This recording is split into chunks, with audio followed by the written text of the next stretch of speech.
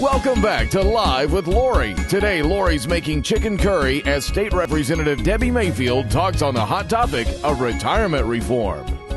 Thanks for coming back. While we were on break, we started browning the onions, and Debbie's going to actually put some garlic in here, right in the pot. Put garlic. And while she's doing that, I'm going to put in 2 tablespoons of curry, a teaspoon of cumin, and a half a teaspoon of cinnamon. I'm also going to put in a cup and a half of chicken broth. And I'm going to grate about a tablespoon of fresh ginger right in the pot. And while we're finishing this up to put the chicken back in, why don't you tell me about what your favorite bill that you've ever voted on has been?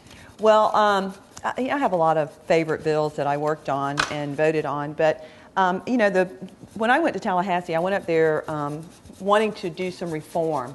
And one of the reforms that we needed to do was our retirement plan. So I was really pleased to be able to work on that bill, and we did change the way the state retirement is set up, which saved the state a lot of money, as well as the counties a lot of money, because the counties are also on the state the state retirement plan. So that was probably one of my most exciting ones that I worked on, because it was very controversial, and but we were able to come to now, how does that work? I mean, because I know that I was on a city council, and we have requirements that we have to meet by law. Mm-hmm. It seems, as coming from a local official, it seems a little hard, and it's difficult for cities, to have the same sort of leeway. Right. Because we don't have the funds. We just don't have the funds to offer such a great retirement, but yet we're required to by law. Right. Well, you're required to by law because the cities and the municipalities and the counties chose to go into the Florida retirement system. Okay. So in that agreement to go into the Florida retirement system, then you have to apply by the rules. But they were not mandated to go into it. They chose to go into them. Okay. So that was one of the things that our counties asked us to do, was, can we take a look at that? And we did. That's exactly what we did. We took a look at it, and it was only fair for employees to pay into their retirement fund. Right. The private sector does not have defined benefits anymore. Most of them are going to a defined contribution or in defined contribution. So it was only made sense. That goes back to making the reform. It only made sense for the state employees' benefits to mirror more of what the private sector benefits mirrored. And that's what we did. That's what we did. So we changed it where the employees had to pay 3% in, mm-hmm. and then we also upped some of the age requirements to retire. Do you think that 3% is fair? I would have liked more. I think 5% would have been a fair number. I also think that some other programs, some other ways that it's being administered could be done differently. Right. We have a drop program that I think should have been looked at. I think the accrual rates that they're paid should have been looked at based on the employees. So there's a lot more work, I think, that needs to be done to it, and that's some of the things I'm going to work on as far as employee benefits next session. I think that's a great idea. Yeah, if you could open that top oven. Open the oven? Open the oven. And we're going to set that in the oven at about 325 for an hour and 45 minutes, just until the chicken's, falling off the bone. What we're going to do now is we're going to clean up our mess. Garlic. We're going to just chop up a salad.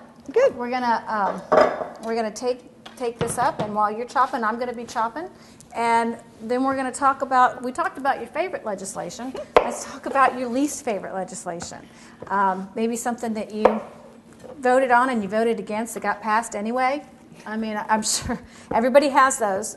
Everybody has those. I did. Actually, the red light camera was a bill that was passed, and I voted against the bill when it was originally put up for vote. Not this past session, but session before last. And I just thought that the red light camera to me was nothing but more means of revenue to the municipalities and the counties that were doing it. Mm-hmm. Now, in the last session, we came back and there was a group of people to repeal it, and I voted to repeal it, but then it failed. So we still have the red light camera issues out there. So it did fail? The repeal failed. Oh, I didn't realize that. Yes. So the cities and counties that put the red light cameras up already, mm-hmm. There's, because I know some of them put them up before there was any bill or there was any Right. Are they did they get fined, or is there? I thought I had read someplace that somebody got fined, or somebody. I think some of the cities that were charging. Listen, the way it came about was it was supposed to be a test pilot, and the municipality that wanted the test pilot wasn't going to be charging tickets. They just wanted to get the history and the results. Well, what we found out was that they were charging actual tickets.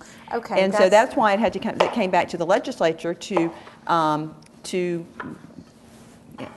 decide whether or not we wanted to allow the red light camera to continue and the municipalities be able to charge a fee for it. Now, what people don't understand is the company that installed the red light cameras actually gets half of the fee. Right.